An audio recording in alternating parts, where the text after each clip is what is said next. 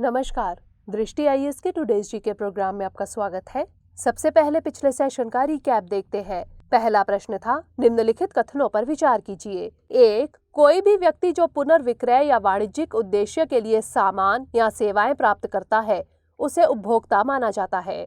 2. चुनने का अधिकार एक उपभोक्ता अधिकार है। उपर्युक्त कथनों में से कौन सा या से सही है या फिर है? इसका सही जवाब था केवल 2। अगला प्रश्न था, स्वर्ण जयंती फेलोशिप योजना के संदर्भ में निम्नलिखित कथनों पर विचार कीजिए। 1. इस योजना के तहत युवा वैज्ञानिकों को विज्ञान व प्रौद्योगिकी में मूलभूत अनुसंधान के लिए विशेष सहायता व संरक्षण दिया जाता है। 2. यह शिक्षा मंत्रालय द्वारा वित्त पोषित एक योजना है। उपर्युक्त कथनों में से कौन सा या से सही है या फिर है? इसका सही जवाब था केवल 1। अगला प्रश्न था, भारत फ्रांस संबंधों के संदर्भ में निम्नलिखित कथनों पर विचार कीजिए। 1. भारत और फ्रांस ऑकस नामक एक नए सुरक्षा गठबंधन का हिस्सा है। 2. दोनों देशों के बीच पारस्परिक लॉजिस्टिक्स सपोर्ट यानी रेसिप्रोकल लॉजिस्टिक्स सपोर्ट के संबंध में एक समझौते पर हस्ताक्षर किए गए हैं। 3. France Indian Ocean Rim Association यानी IORA का सदस्य देश है। उपर्युक्त कथनों में से कौन सा या से सही है या फिर है? इसका सही जवाब था केवल 2 और 3। अगला प्रश्न था, खाद्य मूल्य सूचकांक यानी फूड प्राइस इंडेक्स के संदर्भ में निम्नलिखित कथनों पर विचार कीजिए। 1. इसे खाद्य एवं कृषि संगठन यानी FAO द्वारा जारी किया जाता है। 2. यह खाद्य पदार्थों की टोकरी यानी बास्केट की अंतर्राष्ट्रीय कीमतों में होने वाले मासिक परिवर्तन को मापता है। उपर्युक्त कथनों में से कौन सा या से सही है या फिर है? इसका सही जवाब था 1 और 2 दोनों। अगला प्रश्न था, हाल ही में खबरों में रहा वियना वर्गीकरण यानी VCL निम्नलिखित में से किससे संबंधित है? इसका सही जवाब था प्रतीक चिन्हों के चित्रात्मक स्वरूपों का वर्गीकरण। अगला प्रश्न था, सिकल सेल रोग यानी सिकल सेल डिजीज के संबंध में निम्नलिखित कथनों पर विचार कीजिए। 1. यह रक्त विकारों का एक समूह है जो हीमोग्लोबिन को प्रभावित करता है। 2. इस रोग से ग्रसित लोगों में हीमोग्लोबिन S नामक असामान्य हीमोग्लोबिन अणु होते हैं।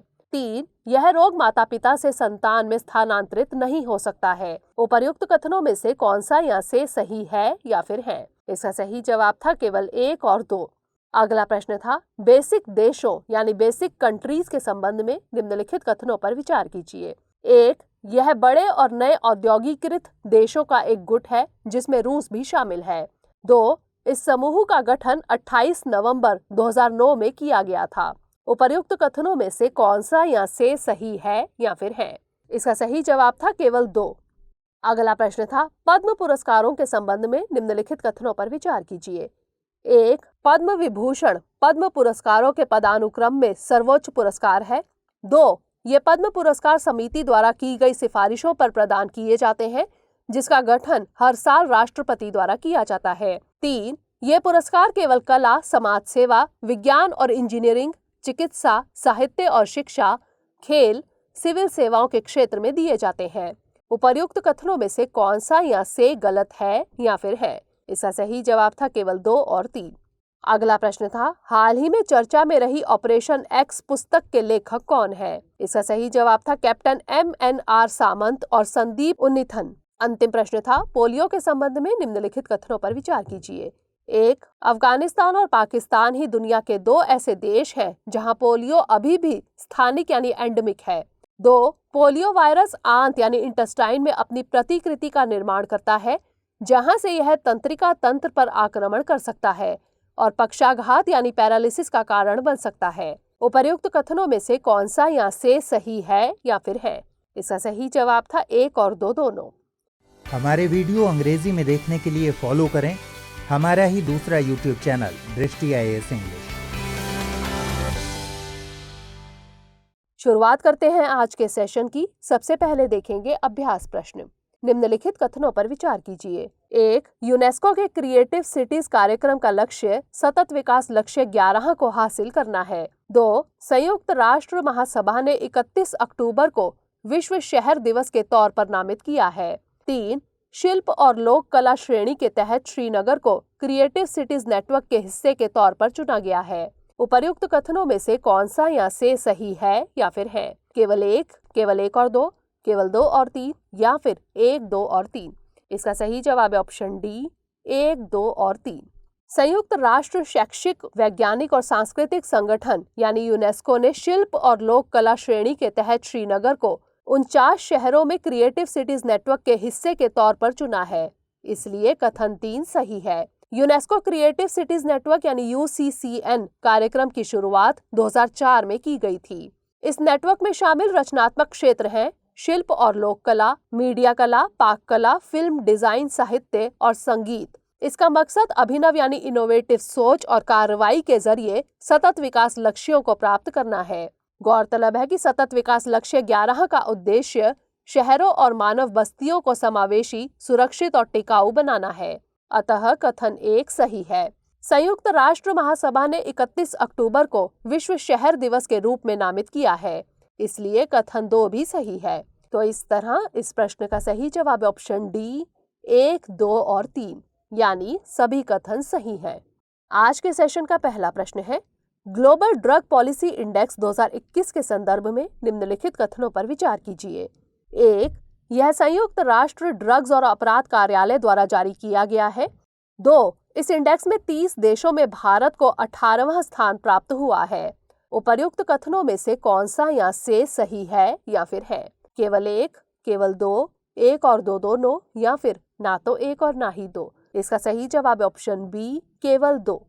हाल ही में हार्म रिडक्शन कंसोर्टियम द्वारा ग्लोबल ड्रग पॉलिसी इंडेक्स 2021 जारी किया गया है, इसलिए कथन 1 गलत है। यह इंडेक्स ड्रग नीतियों और उनके क्रियान्वयन का डेटा आधारित एक वैश्विक विश्लेषण मुहैया करता है। इस इंडेक्स में नॉर्वे, न्यूजीलैंड, पुर्तगाल, यूनाइटेड किंगडम और ऑस्ट्रेलिया शीर्ष 5 देश हैं। नॉर्वे का कुल स्कोर 100 में से 74 है। ब्राजील, युगांडा, इंडोनेशिया, केन्या और मेक्सिको इस इंडेक्स में 5 सबसे कम रैंकिंग वाले देश हैं। 30 देशों में भारत को 18वां स्थान प्राप्त हुआ है, इसलिए कथन 2 सही है। भारत का कुल स्कोर 100 में से 46 है। इस इंडेक्स में 75 संकेतक और ड्रग नीति यानी ड्रग पॉलिसी के 5 व्यापक आयाम शामिल हैं। आपराधिक न्याय यानी क्रिमिनल जस्टिस, प्रतिक्रिया यानी एक्सट्रीम रिस्पॉन्सेज, स्वास्थ्य और नुकसान में कमी यानी हेल्थ एंड हार्म रिडक्शन, अंतर्राष्ट्रीय स्तर पर नियंत्रित दवाओं तक पहुंच और विकास। तो इस तरह इस प्रश्न का सही जवाब ऑप्शन बी, केवल 2। अगला प्रश्न है, निम्नलिखित कथनों पर विचार कीजिए। 1, प्रोजेक्ट 75 के तहत स्कॉर्पिन वर्ग की 6 पनडुब्बियों का निर्माण शामिल है। 2, हाल ही में प्रोजेक्ट 75 की चौथी पनडुब्बी वेला भारतीय नौसेना में शामिल की गई है। उपर्युक्त कथनों में से कौन सा या से सही है या फिर है? केवल 1, केवल 2, 1 और 2 दोनों, या फिर ना तो 1 और ना ही 2? इसका सही जवाब ऑप्शन सी, 1 और 2 दोनों, यानी दोनों कथन सही हैं। हाल ही में प्रोजेक्ट 75 की चौथी पनडुब्बी वेला भारतीय नौसेना में शामिल की गई है। इस वर्ग की 6 पनडुब्बियों का निर्माण किया जाना है, इसलिए कथन 1 सही है। इन पनडुब्बियों का निर्माण मेसर्स नेवल ग्रुप फ्रांस के सहयोग से Mazagon dock ship builders limited यानी MDL मुंबई में किया जा रहा है। गौरतलब है कि 3 स्कॉर्पिन श्रेणी की पनडुब्बियां कलवरी, खंडेरी और करंज पहले से ही भारतीय नौसेना में शामिल यानी कमीशन की जा चुकी हैं। 5वीं पनडुब्बी वागीर का ट्रायल चल रहा है और 6ठी पनडुब्बी वागशीर निर्माण के उन्नत चरण में है।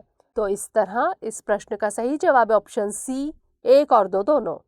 अगला प्रश्न है, हाल ही में सुर्खियों में रहा इसी सानेक निम्नलिखित में से किससे संबंधित है? मेंढक की एक नई प्रजाति, डायनासोर की एक नई प्रजाति, एक छोटा तारा, या फिर आकाश गंगा?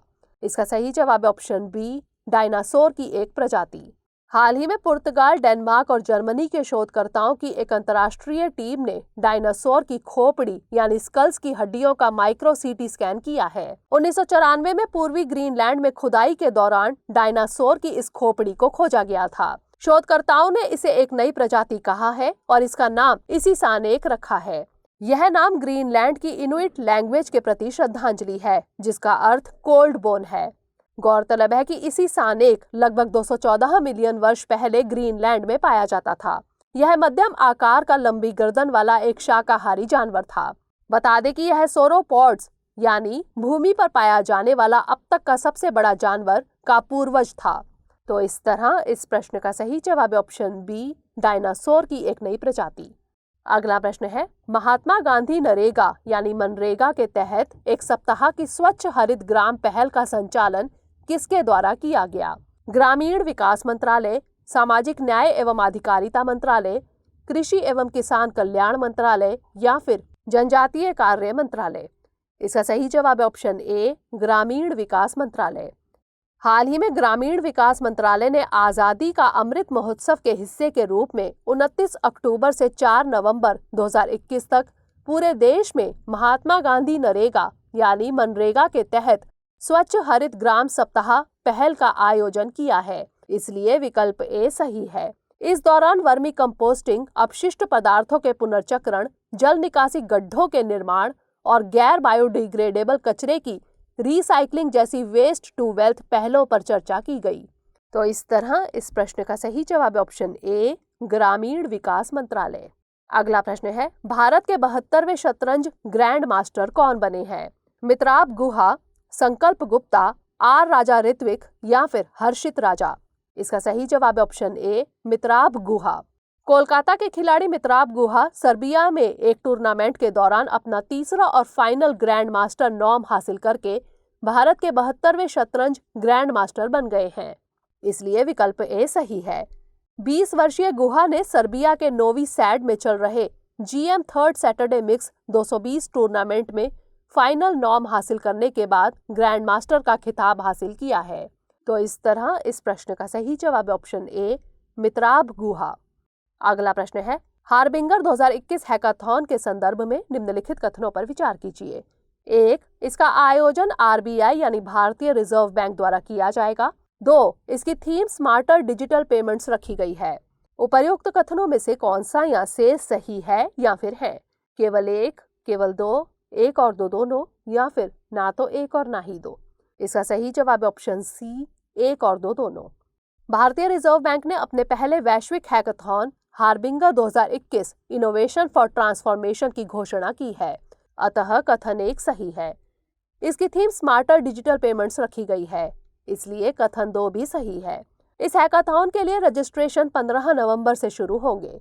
इसका उद्देश्य डिजिटल भुगतान की वंचित तबके तक पहुंच को सुलभ बनाना और समाधान विकसित करने के लिए प्रतिभागियों को आमंत्रित करना है। इसके तहत प्रतिभागी भुगतान को और आसान बनाने और डिजिटल भुगतान की सुरक्षा को मजबूत करने के लिए समाधान प्रस्तुत करेंगे।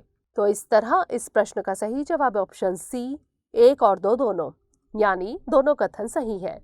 अगला प्रश्न है, लेफ्टिनेंट कर्नल सेवानिवृत्त काजी सज्जाद अली जहीर के संबंध में निम्नलिखित कथनों पर विचार कीजिए। 1. उन्हें वर्ष 2021 के लिए पद्म विभूषण पुरस्कार से सम्मानित किया गया है। 2. उन्हें स्वाधीनता पदक, जो कि बांग्लादेश का सर्वोच्च नागरिक पुरस्कार है, प्रदान किया जा चुका है।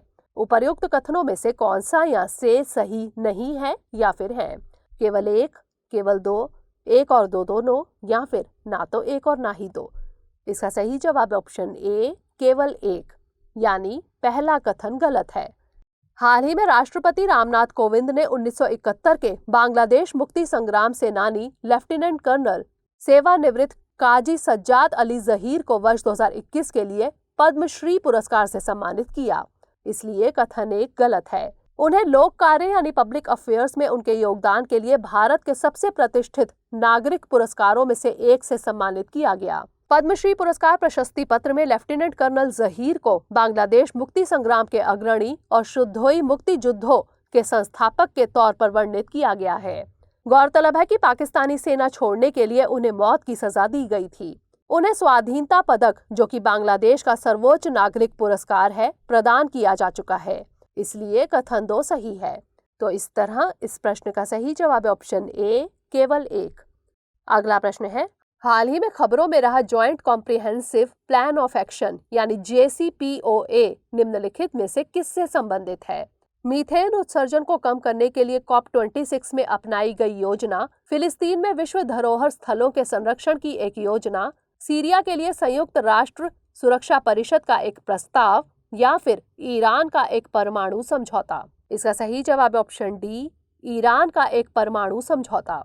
2015 के ईरान और 6 अन्य देशों के बीच हुए ऐतिहासिक परमाणु समझौते को पुनर्जीवित करने के उद्देश्य से वार्ता इस महीने फिर से शुरू होनी है। इस समझौते को joint comprehensive plan of action यानी JCPOA के तौर पर भी जाना जाता है। ईरान के मुख्य वार्ताकार अली बाकेरी कानी ने कहा है कि ईरान गैर कानूनी और अमानवीय प्रतिबंधों को हटाने के उद्देश्य से 29 नवंबर से वियना में दोबारा वार्ता शुरू करने पर सहमत हो गया है।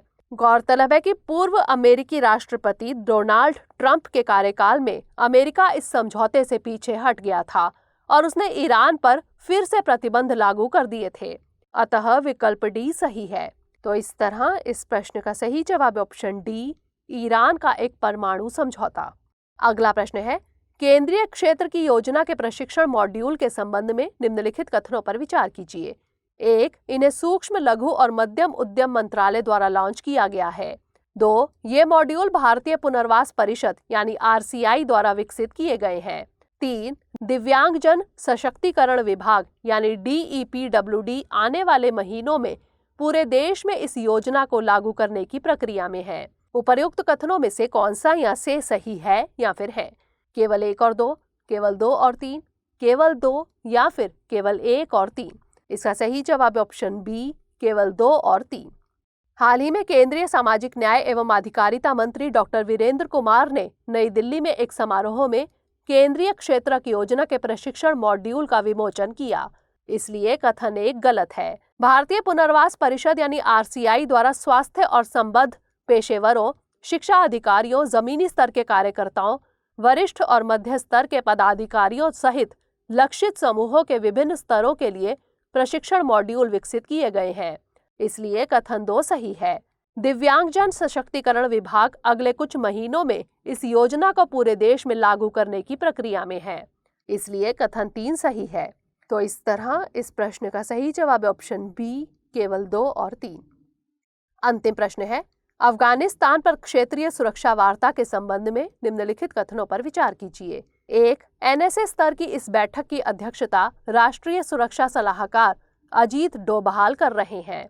2. यह पहली बार है जब सभी मध्य एशियाई देश इस बैठक में हिस्सा ले रहे हैं। उपर्युक्त कथनों में से कौन सा या से सही है या फिर है? केवल 1, केवल 2, 1 और 2 दोनों, या फिर ना तो 1 और ना ही 2? इसका सही जवाब ऑप्शन सी, 1 और 2 दोनों, यानी दोनों कथन सही है। नई दिल्ली में अफगानिस्तान की स्थिति पर दिल्ली क्षेत्रीय सुरक्षा वार्ता आयोजित की जा रही है।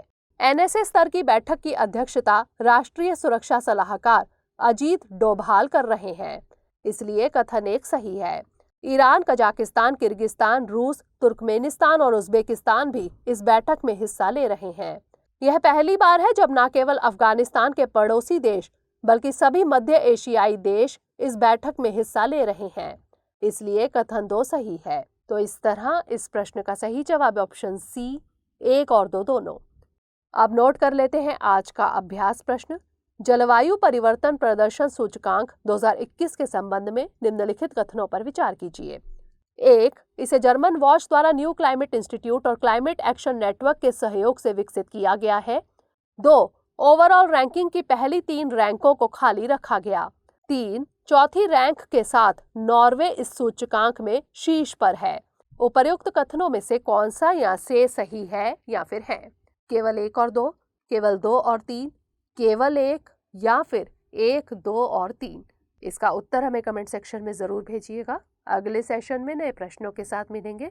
तब तक के लिए पढ़ते रहिए एंड स्टे मोटिवेटेड।